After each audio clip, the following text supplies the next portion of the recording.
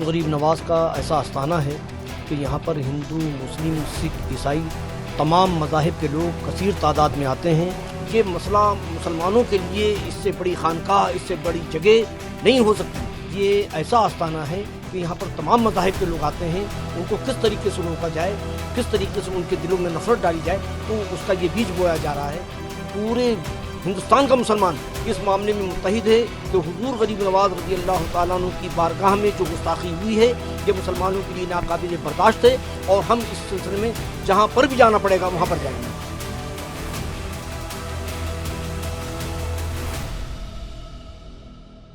حضور غریب نواز کا ایسا آستانہ ہے کہ یہاں پر ہندو، مسلم، سکھ، عیسائی تمام مذاہب کے لوگ کثیر تعداد میں آتے ہیں اور وہ فیض یاب بھی ہوتے ہیں، اس لیے وہ برابر اپنی حاضری یہاں پر درج کرواتے ہیں۔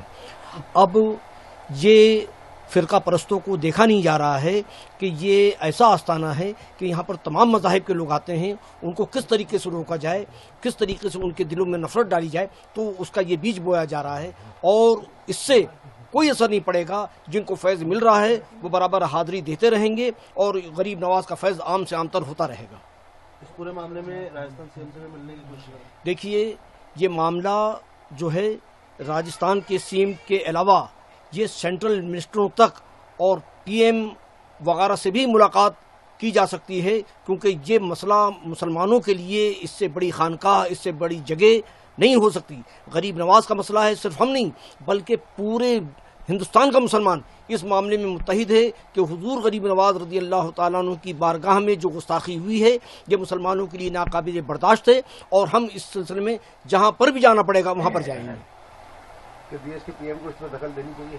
بالکل ان کو دینا چاہیے۔ یہ جس طریقے سے کارروائی شروع ہوئی ہے، ایک چھوٹی کورٹ میں جا کر اتنا بڑا فیصلہ ہو رہا ہے، اور وہ ثابت کر دیا سپریم کورٹ نے کہ ان کو کوئی رائٹ اور کوئی حق نہیں ہے کہ معاملات کو آگے بڑھائیں۔ یہ وہاں کے لیے انہوں نے فیصلہ دیا ہے سنبھل کے لیے، مگر اس کا اطلاق یہاں پر بھی ہوتا ہے کہ اتنے بڑے معاملے کو ایک چھوٹی سی کورٹ یہ فیصلہ دے دے، اس سے بہت سخت ناراضگی ہے، اور یہ ناقابل قبول، ناقابل برداشت ہے، اور سب حضور غریب نواز کے کروڑوں ماننے والوں کی دل آزاری اس سے ہوئی ہے، اور اس سلسلے میں نہیں معلوم کتنی بڑی بڑی تحریکیں چلائی جا سکتی ہیں کہ یہ معاملات جو ہیں فوراً قلعدم قرار دیں۔ کیا لگتا ہے 20 تاریخ کو فیصلہ آنا ہے؟ اگر سروے کا فیصلہ آ جاتا ہے تو کیا رخ رہے گا آپ لوگوں کو؟ اس سے پہلے حکومت کو چاہیے کہ اس کو قلعدم قرار دے اور اس پر کسی قسم کی کوئی کارروائی نہ ہو۔ یہ حکومت کو چاہیے کہ وہ مداخلت کرے۔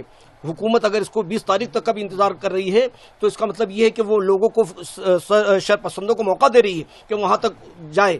اس کو آج ہی ان کو حکومت کو ایکشن لینا چاہیے اور اس فیصلے کو قلعدم قرار دینا چاہیے۔ آج ممبئی سے چل کر عالمی تحریک رضا اکیڈمی کا وفد اجمیر شریف کی حضور غریب نواز کی بارگاہ کرم میں حاضری کی نیت سے حاضر آیا ہے، اور انڈیا سنی جمعیت العلماء کے بہت سارے ذمہ داران یہاں اکٹھا آئے ہیں اجمیر معلیٰ میں۔ یہاں آنے کا مقصد یہ ہے کہ درگاہ کے جو خدام حضرات ہیں ان سے ملاقات کر کے ہم لوگوں کے لائق کیا خدمات ہیں، ہم لوگ کیا کر سکتے ہیں، اس پر چرچا آج ہوئی ہے۔ رضا اکیڈمی کچھ کر رہی ہے اس پورے معاملے کو؟ رضا اکیڈمی نے کل سرزمین ممبئی میں ایک بہت بڑا احتجاج درج کرایا، اور اس کے سربراہ جو تھے علامہ سعید نوری صاحب نے، انہوں نے کہا کہ وہ شخص جس پر 18 کیسز ہیں، کرمنل کیسز ہیں، وہ ملک کے امن و امان کو خراب کرنے کے لیے اجمیر معلیٰ کی اور سلطان الہند عطائے رسول خواجہ معین الدین چشتی حسن سنجری حضور غریب نواز کی بارگاہ کرم میں جو ہے جس طریقے سے یہاں پیٹیشن اس نے دائر کیا، کہیں نہ کہیں اس کا مقصد یہ ہے کہ ملک کے امن و امان کو غارت کرنا، ملک کے امن و امان کو خراب کرنا۔ وہ شخص جس پہ 18 کیسز ہیں وہ اس طریقے کا اگر قدم اٹھاتا ہے تو اس سے صاف ظاہر ہے کہ وہ ملک میں جو قومی یکجہتی کا ماحول ہے، ہندو مسلم بھائی چارے کا جو ماحول ہے، اور حضور غریب نواز کا دربار جو ہندو، مسلم، سکھ، عیسائی سب کے لیے گہوارہ امن ہے، اس امن کو متاثر کرنے کے لیے اس طریقے کی ایک سوچی سمجھی سازش ہے جس کا حصہ وہ بنے ہوئے ہیں۔ بار بار درگاہوں کو یہ نشانہ بنایا جا رہا ہے۔ درگاہیں جو ہیں وہ امن و امان کا گہوارہ ہیں۔ قومی یکجہتی اگر آپ کو دیکھنی ہے، ہندو، مسلم، سکھ، عیسائی کی ایکتا اگر آپ کو دیکھنی ہے تو وہ درگاہوں پہ دیکھنے کو ملتی ہے.